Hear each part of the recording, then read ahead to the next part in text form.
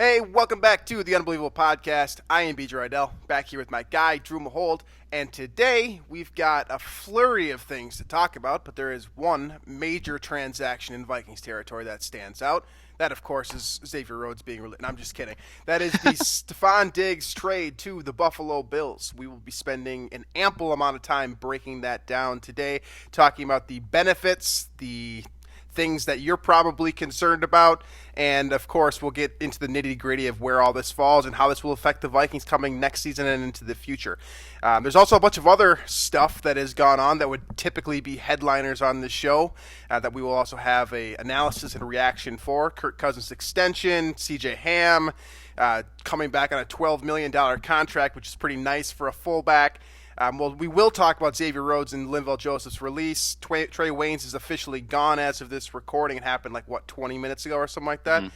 And Stephen Weatherly, backup defensive end, is also gone. So we'll try to cover as much of that as possible within 60 minutes. And if anything else pops up while we're recording the show, we'll cover that too. But first and foremost, and the meat of this show, let's jump right into it here with this Stefon Diggs trade. So, wide receiver, and for what it's worth, has become a fairly polarizing figure in Minnesota. Mm-hmm. Stefon Diggs has officially been traded to the Buffalo Bills. Do you want to give me the schematics on that deal, and what are your thoughts? Yeah, so, to outline the deal, the Vikings gave up Diggs and I believe a seventh-round pick this year, and got in return a first-round pick, fifth, sixth, all this year, and then the fourth in 2021, and that first round pick is 22nd overall. So the Vikings are now at 22 and 25 currently for the 2020 NFL draft. I'm pleasantly surprised with the value that the Vikings got out of Diggs, especially given what Houston got out of DeAndre Hopkins yesterday. Again, something we would talk about if the Vikings hadn't done everything. Right. That the most insane thing I've ever seen. That is the worst trade I have seen in my lifetime. Yes. The other one I can think of that might be worse is Herschel Walker, but we won't talk about that right now. So Diggs, from my understanding and what I've seen and whatever, that this came up and moved very quickly. Like, the negotiations started, that he wasn't even being shopped. Like, when Spielman had said all along, like, we're not trading Diggs, I believe he meant it. And based on, if you look at context clues and read around, Diggs seemingly was upset about the Kirk Cousins extension, and then voiced his displeasure to the team and said, all right, I want out. There's no more excuses now. That was it. Like, that's the last straw with this team. So, when we've been doing this Diggs translator on the tweets and whatnot, and we've been kind of shoving off this idea that he's upset and wants out. It sounds like it was probably true, and we were maybe not reading into it as much as we should have. Which is shocking, by the way. Right. Yeah, a little bit. But, part of me is thinking trading a bona fide stud receiver, top 10 in the league, can do everything. He's not just a deep ball threat, which is what many fans might think after watching this season. But a crisp route runner, potentially the best in the league. Trading him, especially when you had just extended your quarterback, you look at that, it just makes no sense, right? And you had just extended him as well, by the way. Right. Diggs was also, I think that was last year. Right? Yeah. So looking at those two things, it doesn't seem to make a lot of sense. Trading it, right? But from the other perspective, if he is simply not going to play for the Vikings and he's not going to suit up even, or he's going to hold out or something like that before he's traded, pull like an Antonio. I'm not trying to compare his personality to Antonio Brown, but I'm saying, like, if that's what was going to happen, he's going to do that type of thing, yes, right? Yes, which it's possible that is what would happen. Then you have to trade him now, get what you can out of it, right? So, the value for him, a first round pick and a bunch of mid to late rounders, that's a little higher than I expected. I still don't think it quite equates to what Diggs is actually worth. I think he's undervalued throughout the league and by really everybody that watches the NFL in general. But at the end of the day, it kind of puts the Vikings in a weird spot because now they kind of are in rebuild mode, but they're not because of the Kirk extension. So it really messed up the Vikings off-season plan, and it's going to be a huge task for Rick and the front office to adapt to that, because I think they had a plan in mind to kind of keep this team as a contender. Right.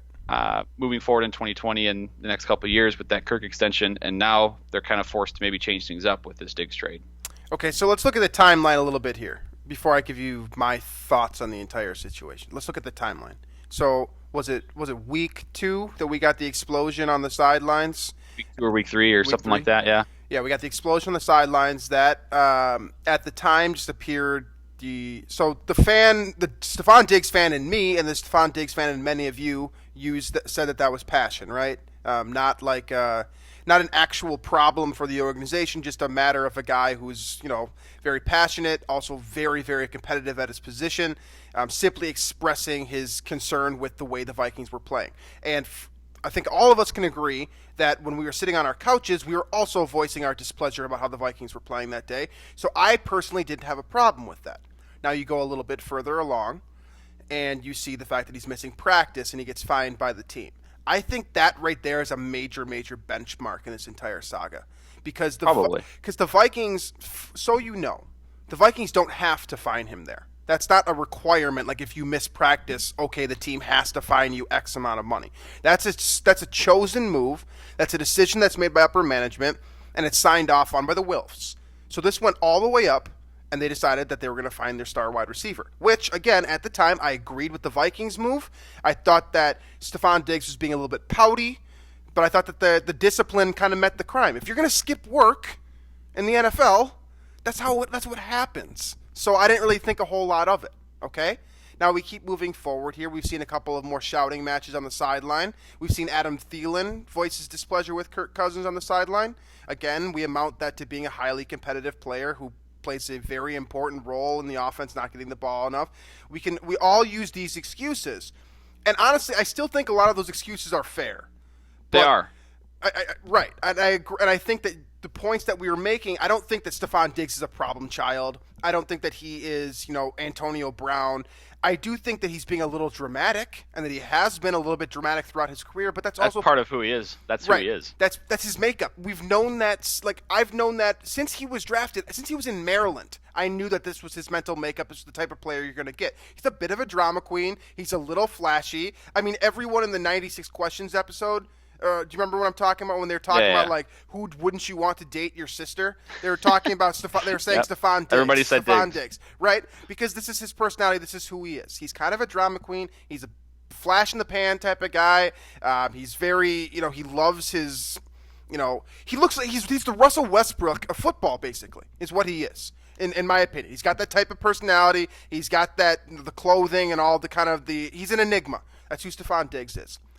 And apparently that personality conflicts very, very hard with not everyone on this team, probably not even Mike Zimmer, but specifically Kirk Cousins, which has apparently popped up more times throughout the last, 5 months than we can even imagine, I think. Because he was initially excited about Kirk Cousins coming, and there was nothing that happened in the first year with Cousins when the Vikings weren't, as good as I think a lot of us would have hoped. Something happened. Something flipped because Cousins was able to get Diggs the ball. I mean, the guy had over 1,000 yards again last year. And the devil's advocate in me on siding with Diggs here is that he still is right about wanting the ball more, yes. right? Oh, yes. He was used this year in 2019 as a deep threat, and pretty much that's it, as a deep threat. Once in a while, give him an underneath route. But that's why a large reason of why his yards per reception was so high, and I think number 2 in the league. They kept using him as only a deep threat, and that's not what he is. He needs the ball more often. He can function both underneath, intermediate, and deep. I don't know if you've seen Nicholson on Twitter and the clips that he's put together over the past few months. Basically, it's like his brand. Creating like a campaign of why Diggs it would be dumb to trade him. And it's clear he's a top 10 receiver, top 5 or better route runner in the NFL. And he needs the ball in his hands to have success. Right. From that perspective, to be taking advantage of that talent, you need to get him the ball. And I think it doesn't take a rocket scientist to see that there are times when A, he could have been used more often, could have been schemed up more often, and B, there were situations in the game where Kirk maybe ignored him when that wasn't the right call. And that's, again, Diggs is a guy where if he is covered, perhaps, and the cornerback is able to stay on him, he's still one of the best contested catch players at the receiver position in football. So, and Kirk has had a bit of a problem in getting the ball to guys that are covered like that. Like, that's not his tendency. He wants guys to be open and to confidently throw him the ball. So, from that perspective, you can see where it might not be a fit. But again, the thing for Diggs now is that he's going to Buffalo, where Josh Allen can't hit anything. Yes. You can't hit the ocean on the beach, Thank right? you. So that's the thing here. Like, if you're going to demand a trade, like Diggs did, or clearly wanted out, whatever, there is that risk, especially with Kirk being probably an above-average quarterback, throws the deep ball really well.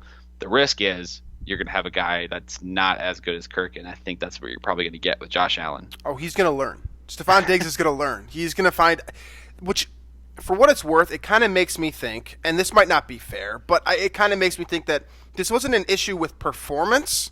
This was an issue with personality. Like, Kirk Cousins and Stefon Diggs do not mesh as two human beings. That's probably, I mean, based on, again, I don't know either one of them personally, but the personalities that they show us in press conferences, whatever public appearances, whatever it is, it's like they are very, very different people. Right. Like, Kirk is kind of completely different people. Kirk is reserved, says all the right things, very pleasant, very, he's easy to root for. But like Diggs, in their hand, like you said, very much a flashy person, kind of likes having the attention on him, right? Yes. So that's kind of how a lot of receivers are anyway. But to his point, I think he's right in that he should have had more chances this year to get the ball. He should have been nearing 100 receptions, right? I think he had something in the 60s or something like that. So he should have had the opportunity to get that many catches, and it probably would have made a nice difference for the Vikings in terms of their offense. But it's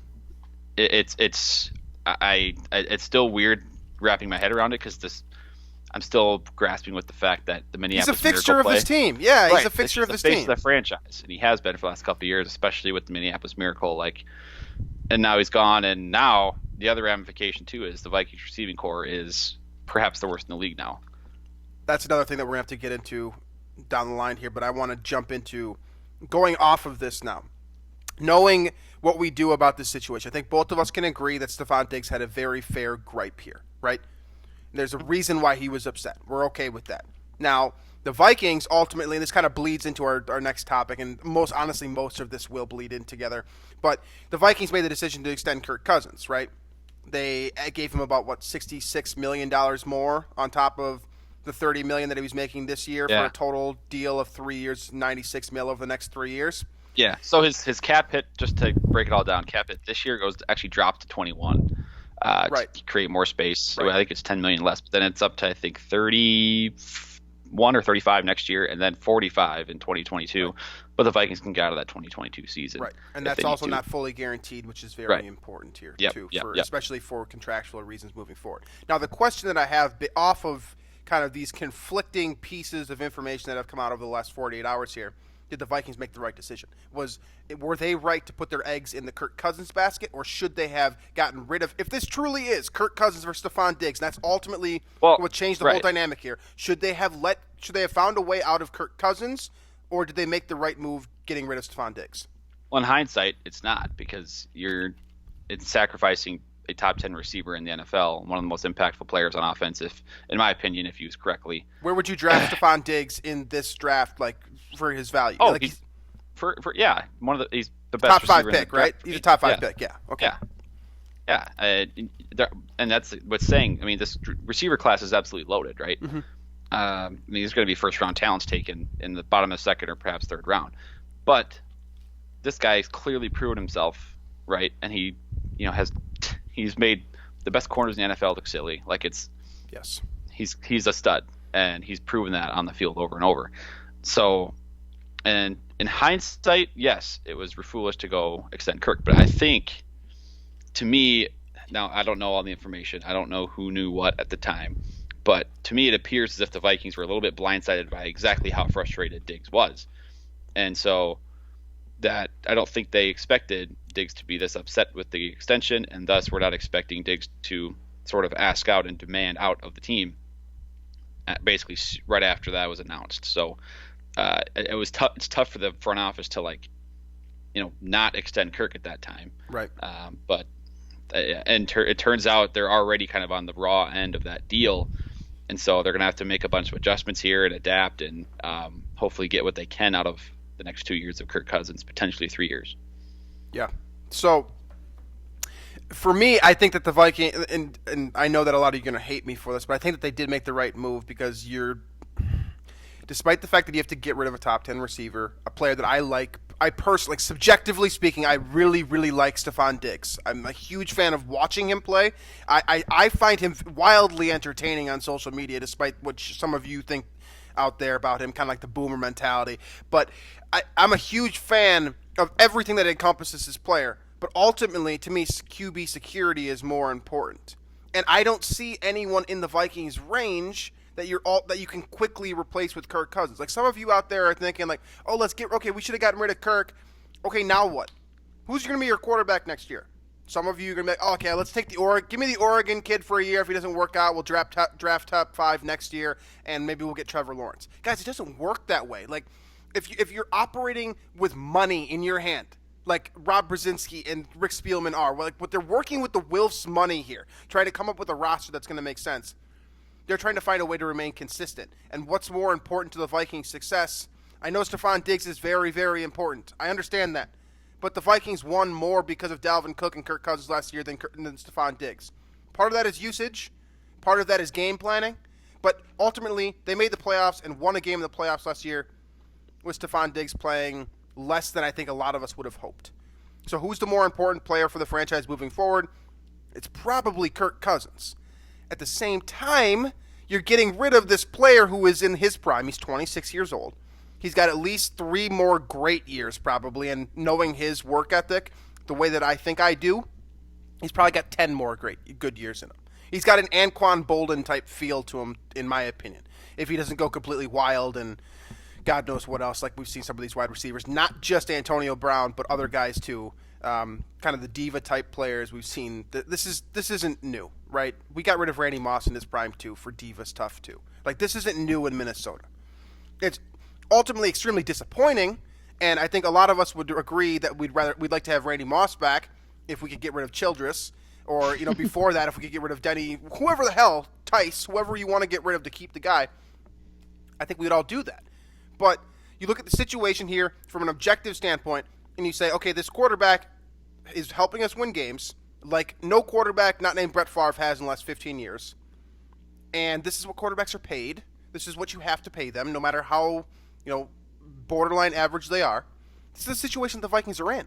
I think ultimately this comes down to you pick the position over the other position. You pick the quarterback over the wide receiver, and you hope for the best in a stacked wide receiver class. See, the issue I have with that is that there's still a year left on Kirk's deal, right? Right. So he could play out 2020, and you can see where things go from there. And so I think where the issue came up with Diggs is that he was fine with 2020 going through with Kirk, seeing how that worked out, and maybe they explode, and the 3 of them between Deal and Diggs and Kirk just put up these insane numbers. Vikings win 13 games. Become this superstar offense, right? It certainly is a possibility. There's firepower there, I think, if used correctly, if maybe that Kubiak scheme just takes off, whatever the case is. But on the flip side, I think there is the potential, and was the potential, for that to go completely south as well. And in that scenario, let's say the Vikings go 7-9 with Diggs and Thielen both there. There's an injury or something, or clearly the scheme just doesn't work with Kubiak running it, whatever the case may be. Then you can get out of that with Kirk, right, and see what the 2021 draft class has for quarterbacks. I think it's premature now to do that. And again, if that were to come up, then his extension would be more expensive. I get that. But I think in hindsight, it's a lot easier to say that, knowing now how Diggs the extension was the last straw for him. But we truly won't know what hindsight is for Kirk Cousins for 3 years now. We ultimately won't know this decision. Right.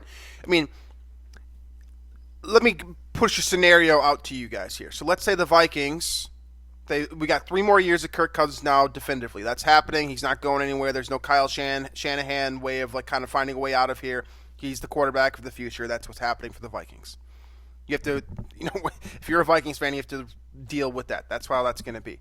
But let's say they do get a wide receiver in this stacked bunch here. Let's say they get someone of quality. Let's say they find a way into Henry Ruggs at 22 overall. Okay, and that's how they replace Stefon Diggs straight up. You match him up with Adam Thielen, the Vikings find success for the next couple of years. Just because it's the Vikings, I'm not going to hand them a Super Bowl, but let's say they get to the NFC Championship sometime in the next 3 years. We look back at this trade and think it worked out, we picked the right side.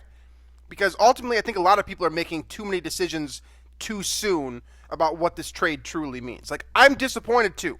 I hate the fact that Stefon Diggs is no longer wearing 14 in purple. That sucks. I'm with you guys on that. In terms of the future of this team, I don't think it's been completely destroyed by this move because the last time the Vikings traded a disgruntled wide receiver for a first-round pick, it turned into Xavier Rhodes. So that's my kind of the way that you want to retool this here. I mean, if they just straight up draft a wide receiver with the 22nd overall pick, I don't care if it's CeeDee Lamb or Jerry Jeudy or whoever. He's not going to immediately step in and be as good as Stefon Diggs. It's not going to happen. We lost there, okay? But for the foreseeable future here, you got some pretty good assets with this trade. You got a first-round pick that's higher than your current one, which you could theoretically package and turn into even more picks knowing Rick Spielman. Or you could go out and get a defensive player to replace one of these many spots that have just been vacated by Wayne's leaving, Linval and Rhodes both being released. You can retool the defense with these pieces, which is kind of what I feel like Zimmer is going to do if we're being very honest here. Ultimately, I think that we're jumping to conclusions too soon, except for the conclusion that Stefon Diggs isn't in purple, and that sucks. That part definitely sucks. I'm with you for sure. But everything else, I think that we got to wait to get a sample size here, see what this Minnesota Vikings team is going to look like without him in purple, because honestly, they didn't use him right last year anyways. How much are they truly losing if you can find a complementary piece that won't get Adam Thielen double covered on every single play?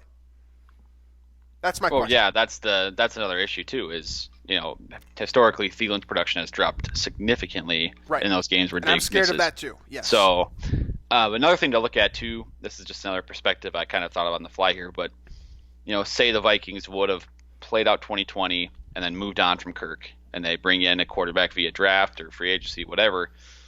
What are the chances, looking at it this way, that Diggs and this quarterback gel? It could have been another scenario where Diggs doesn't get along with this quarterback either. And so that's another scenario to think about. I don't know. Again, you said it could be personality. It could be performance. We don't know what behind the scenes or what really Diggs is thinking about. So it's just it sucks because trading him was basically the one thing I wanted, or not trading him was the one thing that I wanted out of this offseason. Like, do not trade Diggs. That's all you have to do. Yeah. And I would have been satisfied with the offseason because I think he's a game breaker, and I think he can, when used correctly, completely change the outcome of a football game. So the fact that he's gone sucks. But again, if I don't know all the information, but if he was truly set on not playing for the Vikings this year, was going to hold out, was going to cause all that drama, and the Vikings weren't going to get anything out of him anyway, then it's good to get him moved on, move forward with your offseason plan, so you can adjust your offseason plan here in free agency accordingly, and then you can get your first round pick, all your slew of mid to late round picks behind that, and you can move on, and then Diggs can also kind of move on with his career as well. So to me, this move as a whole, while I'm not a fan, it does feel Belichickian to me. And I say that in the sense that Bill Belichick has always been, and you guys have heard this before, I'm not coming up with some new theory here, that Belichick has always been the type of guy to get rid of a guy 1 year too early as opposed to 1 year too late. And the more I hear you talk about this and share your perspective, and the more that I've seen people on Twitter and whatnot, it feels like this is a move to get out of something before it becomes, burn down the house situation. And again, I've never thought of Stefon Diggs as the type of guy who would create such ridiculous drama that it would genuinely affect the team. But if that's what's going on, then you have to get rid of him. I don't care how much you like him. I don't care how good he is. If he's that much of a problem to your operation, you have to get rid of him, and we need to just kind of settle in and accept that that's the reality here. Because it seems like that's kind of the reality that the Vikings were trying to avoid. try to get out in front like they did with Percy Harvin. That worked out pretty well for them. I remember everyone was pissed when we got rid of Percy Harvin. Everyone on this planet was pissed. And it was the right move. Looking back, in hindsight, at the time, any time period you want to look at, that was the right move to get rid of Percy Harvin for the compensation the Vikings received. The Vikings received better compensation for Stefon Diggs, and they sent him to a situation where, to me, like Ben Lieber said on his one of his programs that he was on the radio for, they sent him off to Antarctica. They put him in Buffalo. They sent him to a place. It feels kind of like the Vikings were being a little bit vindictive with that move. It does. I know the Bills were searching for a wide receiver. It does still seem a little bit vindictive given the situation. And if it is what, if Diggs was complaining about quarterback performance, as you said before, he's going to have a lot of real complaints now, which leads me to believe that this was a matter of he doesn't believe the quarterback should be paid that much money for his performance, which is part one, or B, he doesn't like the quarterback on a personal level and they just don't click and it's just not going to happen. B, I think he could click with Josh Allen because Josh Allen is hilarious and one of the most likable people in the NFL. I think that could work. Their personalities could match each other. In terms of performance, he's going to learn about getting missed wide open very soon next year because he's got about the same stature as John Brown, and Josh Allen was airmailing him nonstop last season. There was nothing you could do to fix that situation. This is not the big body target that you'd like to see for a guy like Josh Allen who misses high. That's not who Stefon Diggs is. Now, if the ball is in his vicinity, is he going to catch it? Yes, he will. It's a matter of is the ball going to get into his general vicinity, and I don't think that's going to happen unless Josh Allen takes some major steps forward this year. And one thing to consider too is that the Vikings are paying $9 million of Diggs' salary, which is the most annoying part of this entire trade. Right. So Diggs is getting paid 14-something mil this year. Vikings are paying $9 million of it. So Buffalo is basically getting Diggs for the next 4 years for I think $45 million or $46 million or something like that, which is an absolute steal for a superstar receiver. So this is a great trade for Buffalo too. Like, people are going to look at this and say that they gave up so much, but reality is they're probably going receiver in the first round of the draft, which is loaded with talent anyway. But they're going to get a guy that they know is already a stud, who knows how to beat NFL defensive backs, and so that's a win for Buffalo right there. Yes. And the problem now with the Vikings, we're never going to know if this works out. If the Vikings offense, levels off quite a bit or drops off in 2020, if Vikings don't make the playoffs in 2020, and people something like that, this trade will be one of the factors people point to. So I think it's very possible that the Bills, the thing is, Diggs' numbers might not be as good as last year, just because of the fact that Josh Allen's throwing the football. So from that perspective, people are going to say, "Oh, this is a dumb trade. This isn't going to work out. Whatever." But if the Vikings are sitting at 3-5 when that's being said, then it's a lose for both teams or lose for the Vikings there. So it sucks. I did not want. Again, I was very clear about not wanting Diggs to be traded. Right. But I understand it if he was very, very clear about the fact that he would not play for the Vikings, and under those circumstances, I would understand the trade and getting out ahead of it now versus taking the risk of trying to talk him off the ledge maybe and see what happens down the road. So I get it, and I'm actually surprised pleasantly by the compensation that they got for it. Okay, so a couple conclusions we can draw here. The trade itself sucks because we lost a very fun part of this organization, a very charismatic, interesting player that, I think both of us can agree has basically been the face of the franchise since Teddy Bridgewater. That's the Minneapolis Miracle. At least since the Minneapolis Miracle, probably a little bit before that too. The other thing that we can all definitely agree on is that the Vikings did get very good compensation for him, especially considering the DeAndre Hopkins trade that happened before, in which they got David Johnson in a second-round pick. So compensation's good. So good on Rick Spielman for that. Bad on Rick Spielman and the Vikings for not finding a way to make this thing work. Is there ultimately something that kind of separates this that we can tell right now from this trade? Is there a way to push this one way or the other? Because right now this just seems like a very smooth deal. Buffalo gets its wide receiver. The Vikings get the draft compensation they need to sort of kind of rebuild some of these pieces here. And ultimately the Vikings have to eat a small amount of cap. Well, relatively small amount of cap. It is $9 million. But ultimately, like, you have to feel fairly good about the trade, the objective trade itself, without allowing your love for Stefon Diggs to bleed into it. You have to feel pretty good about this deal, the deal itself, right? Yeah. I mean, I in the sense that, again, I think Diggs was about worth first round pick, right? Because the Cowboys were essentially nuts, right, for giving up a first round pick for Amari Cooper, right.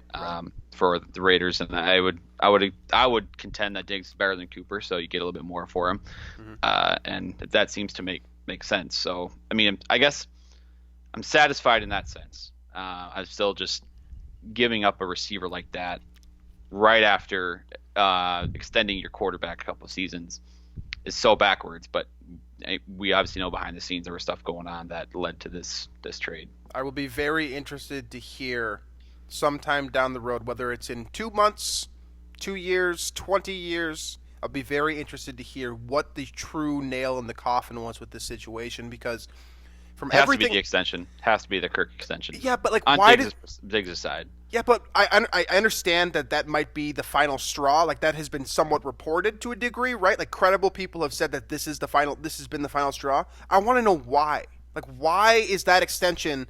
Like, is it this new wave of things where, you saw a bunch of players getting pissed off that Tannehill got paid before Derrick Henry got tagged, for example? Is it that type of a situation where you're looking at the quarterback and saying he's making too much money?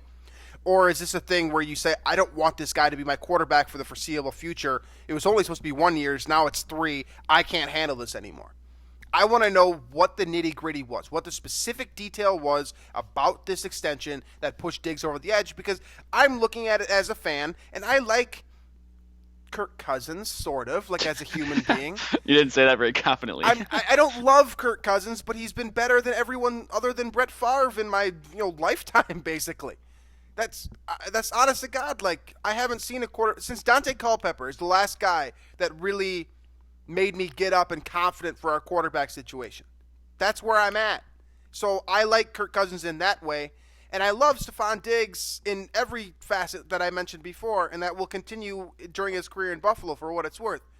I just don't see how a person who's 26 years old can get so pissed off about a contract extension that he wants out. Like, that to me does not seem like there's got to have been multiple straws that have been kind of building up within like this glass here, and the Vikings finally punched the last one. He was like, "That's it, I'm done. Like, I'm gone."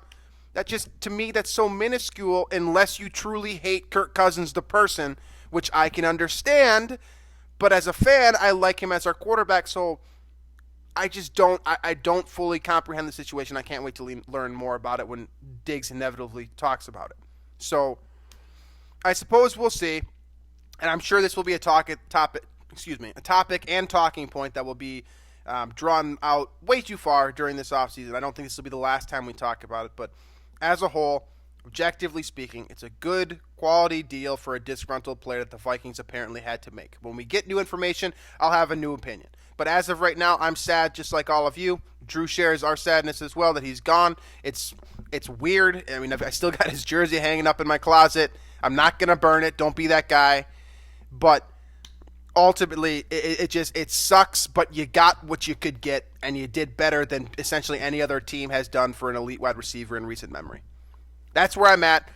We'll see what happens when new information comes out, but that's that. So I think we've already talked enough about the Kirk Cousins extension because that kind of bled into this situation.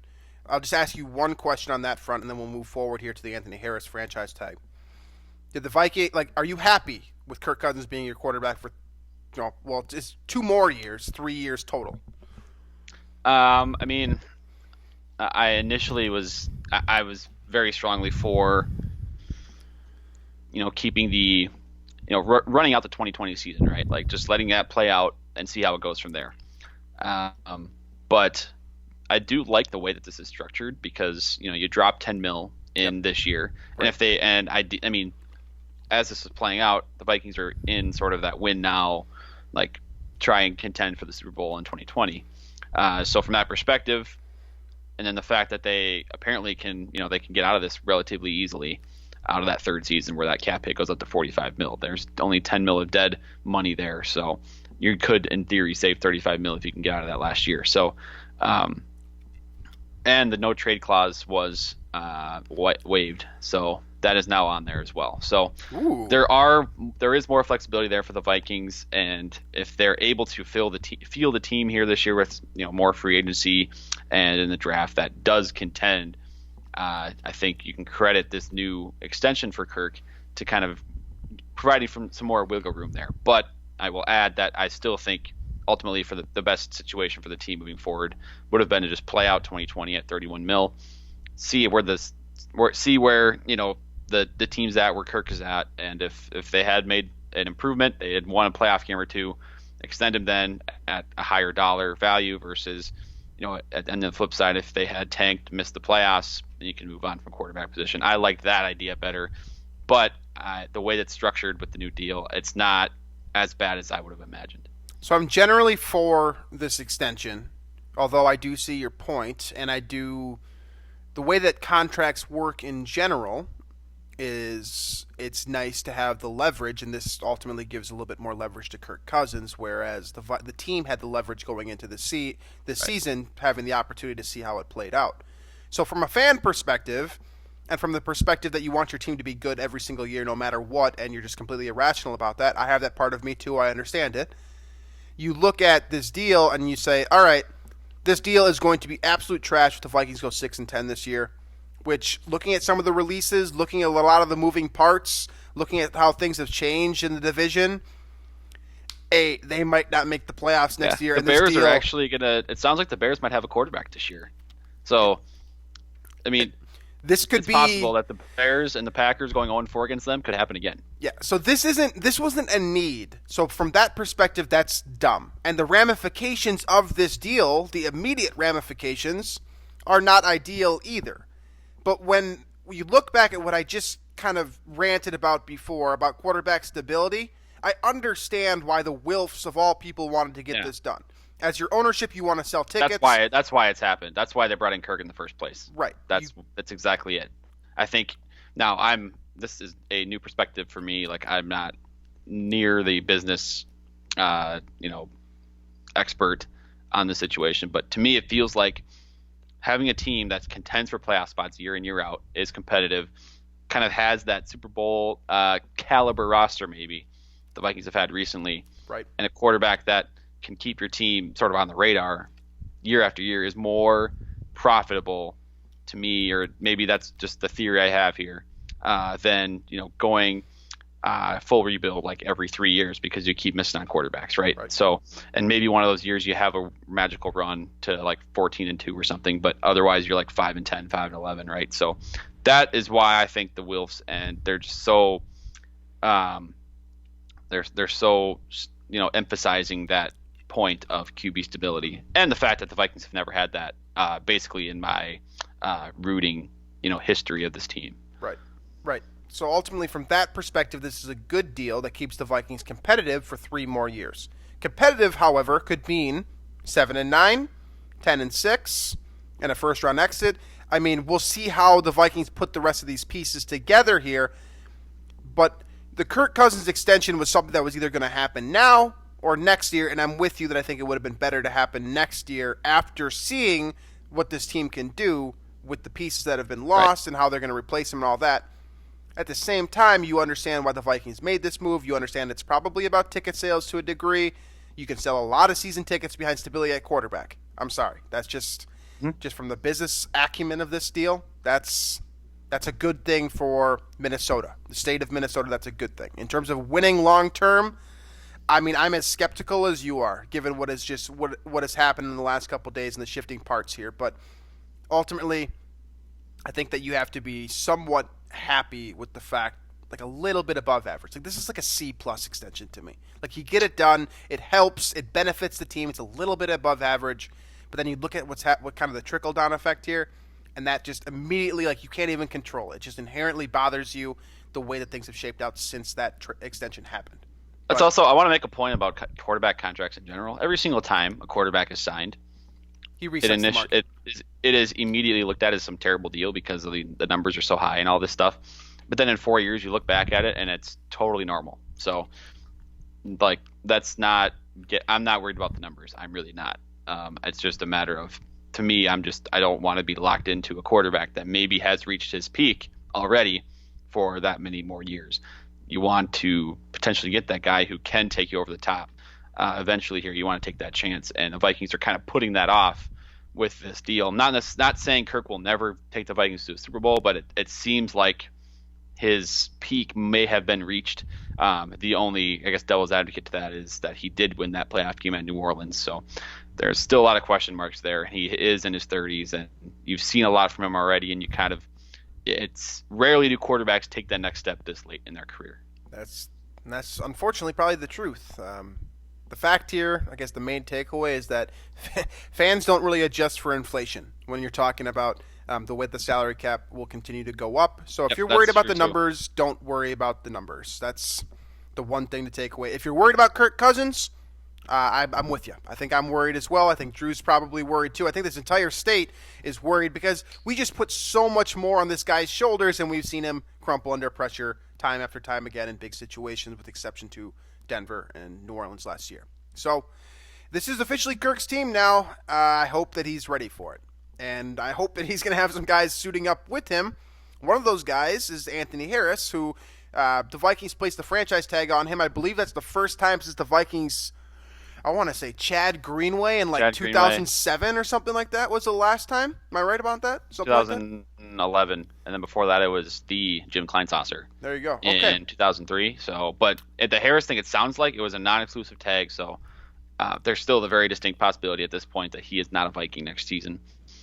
Because it sounds like now, I mean, again, the Vikings are kind of weirdly in like rebuild mode, but not in rebuild mode. So the next few moves will define whether they're in rebuild mode or in competitive mode. Yep. Yeah. So I think Harris, if he were to be traded, and it sounds like there is some possibilities out there, teams are interested in a trade. So, he could be traded, and this all could be for nothing. But the fact that they did take Harris, it sounds like they clearly want to keep that tandem of Harris and Smith at safety there while they fish for new cornerbacks to replace Rhodes and Waynes and potentially Mackenzie Alexander.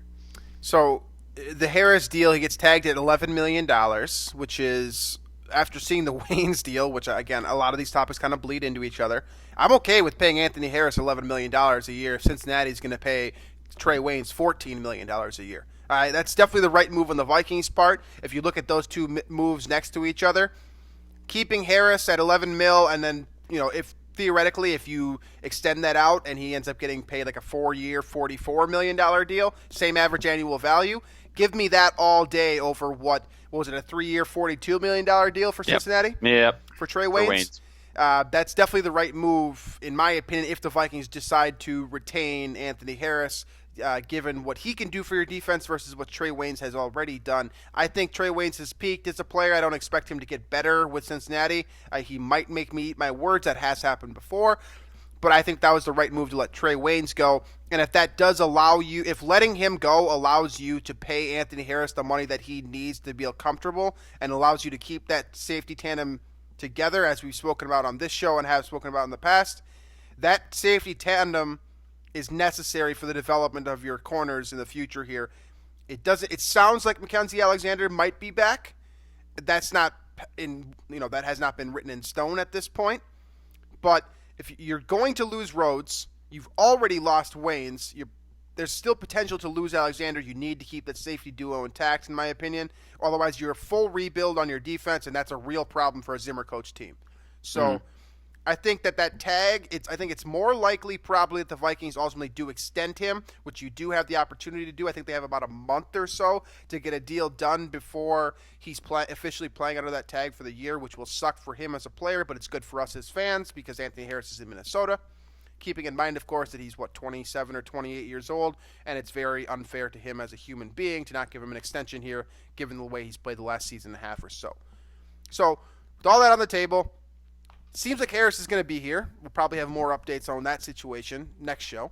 Trey Waynes, I briefed on it a little bit here. How do you feel about him officially being in Cincinnati and no longer with the Vikings? At that price tag, that's fine by me. And he had some great moments for sure. The Devontae Adams interception? It's my favorite moment when I think he iced that game against the Packers, the first game at US Bank Stadium. For sure the best moment of his career. and he did have some great moments. I mean, he clearly developed into something that maybe not quite up to the 11th overall pick sort of draft status, but I think it's fair to call him maybe a bottom of the first round type of value from the draft. As a reliable starter for several years is not easy to come by at cornerback. So, he certainly played a solid role in the Vikings defense and how great it's been over the years. But at that price tag, Vikings can't afford it. I mean, that's just too much money for what the Vikings are dealing with right now. But also that just seems like a little bit too high of a price tag for somebody for the caliber of Trey Waynes at corner. Yeah, that's exactly where I'm at too. I would love to have had Trey Waynes back, not at $14 million per year. Everything else Drew said is essentially my analysis on the matter. He had some great moments, but that's who he was. That's who he was with the Vikings. He was a great individual moment player. I can pick out 2 or 3 of them outside of that Green Bay game. Ultimately, very inconsistent roller coaster type of player. Vikings need to find consistency at cornerback if they're going to pay him $14 million a year. So I'm not okay with that. I'm not okay with that decision. I'm definitely okay with the decision to let him walk at $14 million a year. I think Cincinnati's made a mistake by paying him that much money, given the type of player that he is on a week-to-week basis. There are some weeks where he is absolutely worth that dollar. There are other weeks where he should not even be paid. So it's a Cincinnati move. This is very Cincinnati of them. They're going to have Joe Burrow on a rookie contract for 4 years. They can afford to pay some of these guys more money than they're actually worth. It's an interesting situation. It's his opportunity to cash in here. Good for Trey Waynes. Honestly, I think it's good for the Vikings too. And that's where I stand in that situation. CJ Ham also gets an extension. I don't think we need to talk a whole lot about that, but the dollar amount's interesting given the position. So he gets a 3-year... That was just the comment I was going to make, is that it seems like, an extension that long for a fullback is pretty, it's old school. Yeah, it's a little bit counterintuitive, maybe a little bit counterintuitive, maybe to what teams maybe are the forward-thinking football minds out there would maybe suggest. But I like CJ Ham a lot. I got no qualms necessarily with the player at all, it's more of just a value to the fullback position type thing that is my issue. But again, one thing to consider here is he can also play running back. Did it very, very well at Augustana. So that's how he came into the league initially, was as a running back. So in that perspective, he does have versatility in terms of positions if the Vikings were to have some sort of emergency at that running back spot. But again, I don't agree with that total value and giving a fullback that much, but very happy for CJ Ham because he's worked the hard way to, a Division II player to come up, change positions, totally learn something completely new and find success with it and earn a Pro Bowl spot. That's not easy to do. Yeah, it's really just the figure to me that's bothersome about the CJ Ham deal, and really it's not. I don't care. I don't really care about how much money a guy's going to make as long as you're able to fill out the rest of the roster and have it make sense, right? Be competitive. I don't think this deal hurts the Vikings' chances of being competitive. It's interesting to pay a fullback that much money, but if he's going to be a fixture in the offense moving forward here, I mean. Would you have a problem with San Francisco paying Kyle Juszczyk $4 million a year just because he's a fullback? No. I mean, that's a little different. He's a bit of a receiver. Well, right. I guess CJ Ham is too, I guess. If Kirk would say that he probably is, but a little bit different. It's definitely a different situation. I'm comparing apples and oranges to a degree, but my point that I'm making here is that you wouldn't pay a guy less just because of his positional value if he was a very important asset to the organization. And I think that CJ Ham has proven that he's very important to the success of Dalvin Cook and Kirk Cousins. So to me, this deal makes sense. It's just intriguing, and I look forward to seeing how involved he is in the Vikings offense next season because of this dollar amount. Because if they're only going to play him for 5 snaps, which they have done in the past, this deal is not worth it. It's stupid. Right. Just put anyone else out there. Well, that's the argument. Like, there are teams that don't even have fullbacks, Right. And so.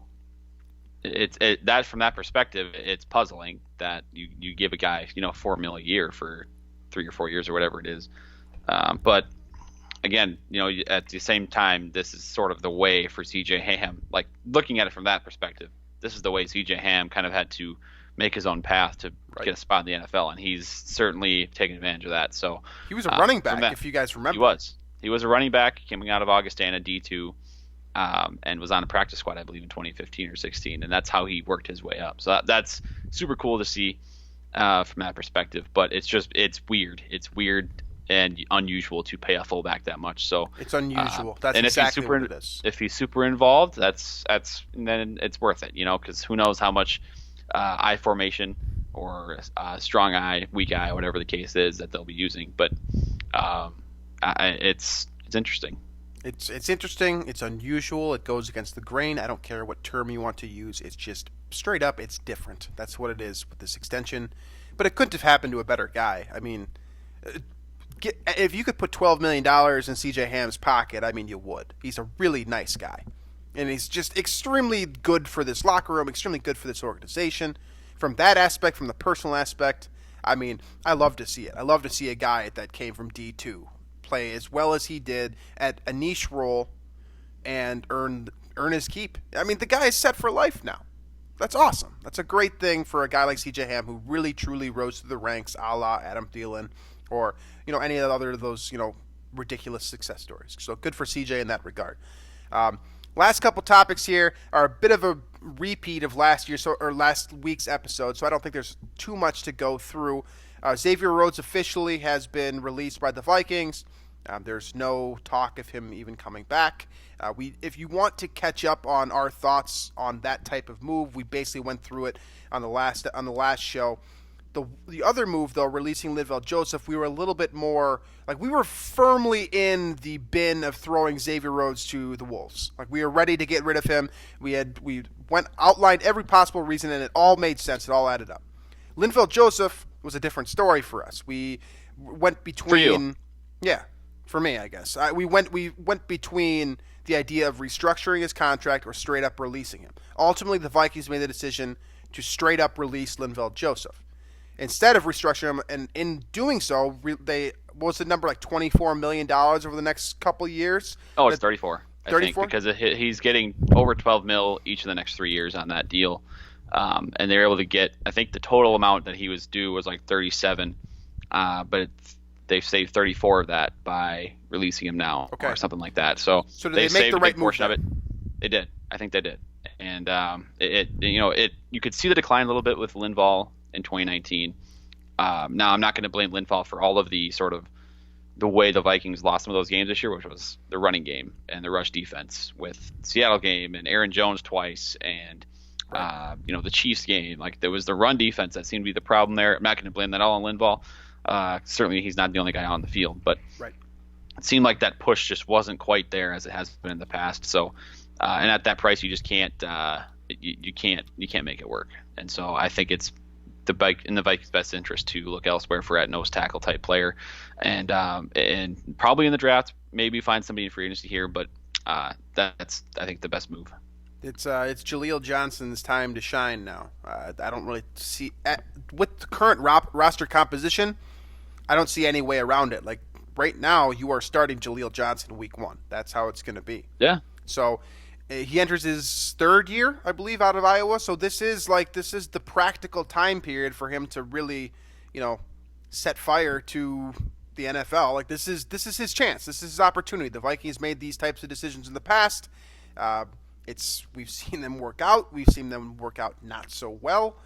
Ultimately, it is now the Jaleel Johnson show as a result of this release. It's, again, devastating given that we've all come to very much appreciate Linval Joseph and his presence on the team. But objectively speaking, I think it's fair to say that saving $34 million over the next 3 years is probably the right move. And that brings us to our last transaction that involves the Minnesota Vikings, and that is Stephen Weatherly, who part of me actually believes that a lot of you have forgotten who he even is, given the rise of Ifedi Odenigbo over the last year or so and a half.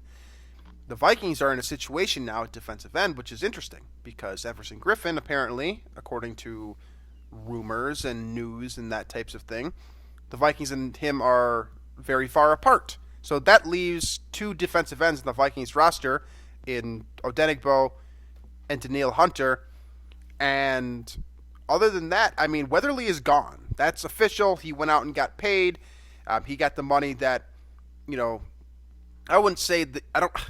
Looking at the deal, what was it ultimately? It was 2 years, $18 million, something like that for Weatherly. Two for 12.5 or something. Two like for that. 12. Okay, so he's going to make $6 million a year.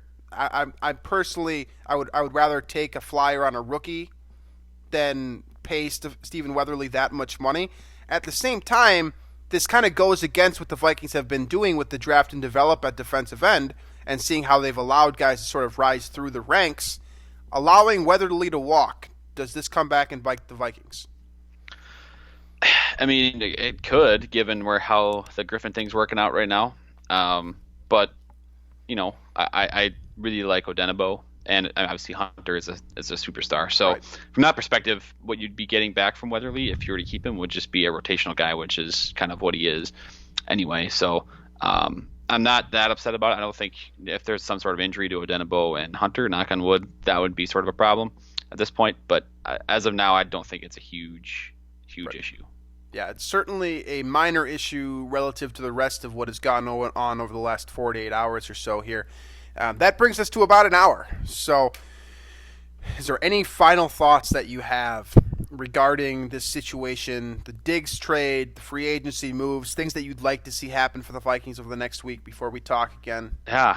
I just saw Nick Roby Coleman is not being brought back by the Rams. That would be a nice pickup at cornerback, something the Vikings desperately need. Otherwise, we're getting to that mock draft season point where it's probably time to look at receivers and cornerbacks in that first and second round. Also, the QB carousel is kind of nuts right now in the NFL. You got Phillip Rivers to Indy. You have Teddy to Carolina, which is pretty cool. Like that You have Mariota to Oakland. You have Dak was franchise tagged, I guess. You have no news on moving Jameis pieces Winston there. yet, which will be No. interesting. Because he shouldn't be a starting quarterback.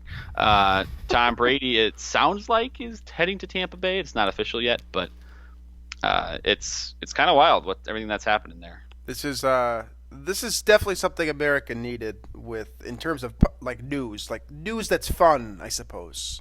I mean, it's very NFL for things to just be continuing as normal in this Yeah. scenario with This the climate, COVID, this climate, right? yeah, that we've with got coronavirus going on here. It's very NFL for that to just continue, like it's not impacting anything. But I do think the NFL is probably benefiting from the fact that it is the only sports event going on right now in America. So. Single-handedly keeping ESPN employed right now. Yeah, imagine what ESPN would be discussing without this. Oh, yeah, man. I don't even know. Anyways, I'm sure we will have more free agency stuff to go over on the next episode. There are still particulars of these developments that are very new and things that will need to be digested, and a lot of different things that can still happen here over the next week of free agency or so. So I'm sure we'll be discussing that, and then like Drew said, we'll start jumping into the draft stuff moving forward. Last thing that I wanted to note real quick, I believe the Vikings do get a compensation pick for the Trey Waynes deal, by the way, because They do, third rounder. It's a third rounder. Okay, so that's another benefit of allowing Trey Waynes to walk. If you told me right now, that'll be in 2021. But yeah, that's nice. You still get that. That's good news. All right. That's everything. We fit that into a flat 60. I feel good about that. We'll continue talking about this stuff and more on the next show. You can always find us on iTunes, Stitcher, Google Play, I believe Spotify as well. Don't quote me on that one, though. YouTube if you prefer to watch. If you're on the Daily Norseman, leave a comment on the bottom here. We always read those and enjoy those comments. Make sure to check out the rest of the Climbing the Pocket team. I know they released a show on Tuesday morning, so you can check that one out about other analysis for stuff that has been going on in the last couple hours. And Drew and I will be back next week to break down even more madness for you. So, as always, thanks for listening, and we'll catch you next week.